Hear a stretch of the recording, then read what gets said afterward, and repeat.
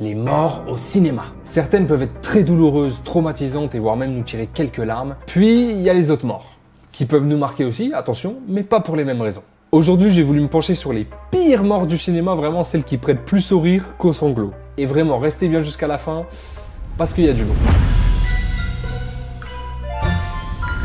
Dans cette vidéo, on va y aller crescendo, donc on commence tranquille avec le film Boogeyman. Boogeyman est évidemment un énième film d'horreur complètement raté, dans lequel un gamin se fait guillotiner par une fenêtre. Et âme sensible, s'abstenir parce que la scène est d'une rare violence et d'un réalisme à couper le souffle.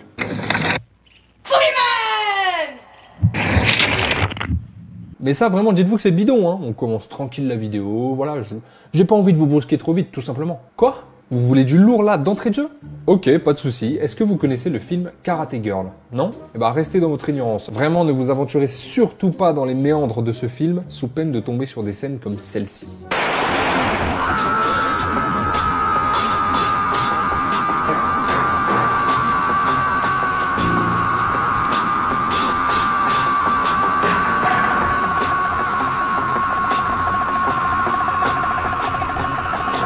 Eh oh, un coup de feu, ça doit faire super mal, Vous vous êtes déjà fait tirer dessus? Qui êtes-vous pour juger la douleur de cet homme? Moi, je trouve ces cris justifiés, mesurés, et on est très loin du surjeu. C'est ça le cinéma, les amis. Sinon, rien à voir, est-ce que vous vous êtes déjà demandé ce que ça ferait d'aller sur Mars sans combinaison? Eh bien, le réalisateur Paul Verhoeven nous donne la réponse dans son film Total Recall avec une scène prodigieuse, remplie d'effets spéciaux hallucinants.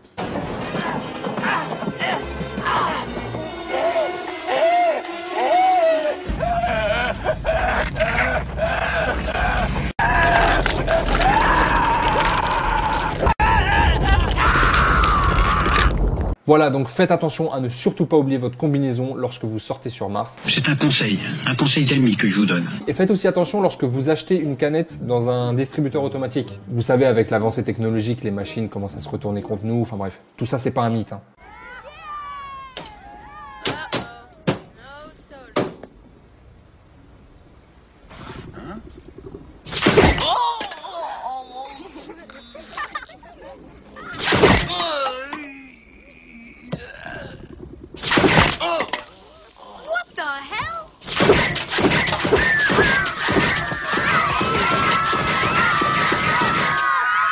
Ah oui, je vous confirme, le personnage est bien mort dans le film après ça. Quoi? C'est pas réaliste? Eh franchement, je vous trouve dur quand même. Bon, et un ballon de basket alors, ça peut tuer à votre avis?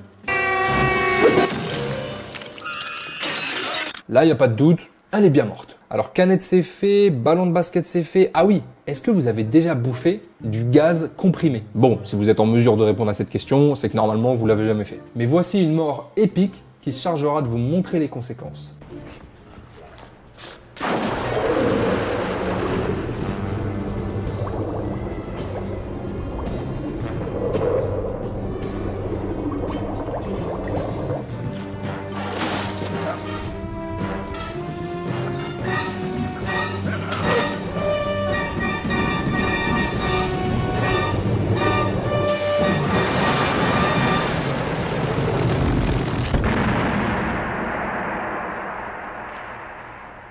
Alors ne me demandez pas pourquoi il y a un requin, ne me demandez pas non plus pourquoi le mec a recraché le comprimé. Je pense surtout qu'on a affaire à du génie et qu'on comprendra une dizaine d'années plus tard, donc un peu de patience les amis. Bon sinon ça va vous? Vous passez un bon moment, tranquille? Si vous avez envie de pisser, faites pause sur la vidéo, allez-y, vraiment y a pas de souci. Par contre faites-moi plaisir, allez pisser aux toilettes comme tout le monde. Allez pas pisser sur une ligne haute tension.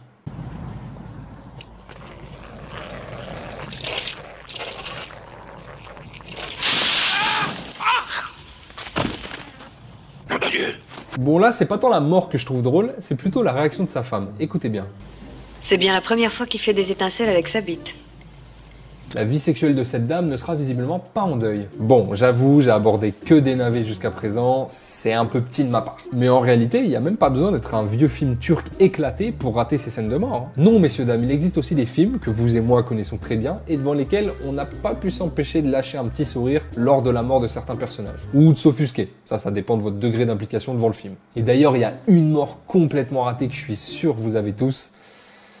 On se la passe? Allez, c'est parti.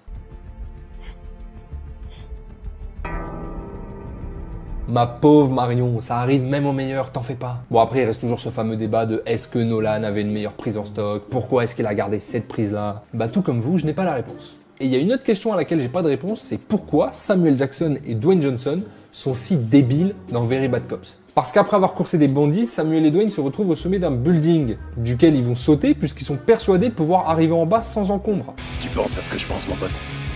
On atterrit dans les buissons.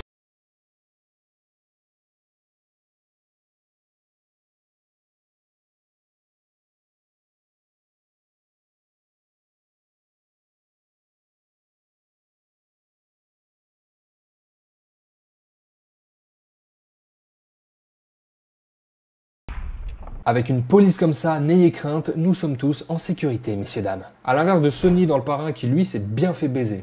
Alors attention, pour le coup sa mort n'a rien de drôle, hein. Au contraire, elle m'avait rendu très triste à l'époque, mais c'est plutôt l'acharnement de ses ravisseurs qui me fait rire. Sonny se fait donc rafaler de partout, il sort de sa voiture et s'écroule au sol. À ce moment-là, on pourrait se dire bon c'est bon, il est mort, foutez-lui la paix. Eh bien non. Une dernière rafale pour la route et un bon penalty dans la gueule pour finir. Aucun respect pour les morts.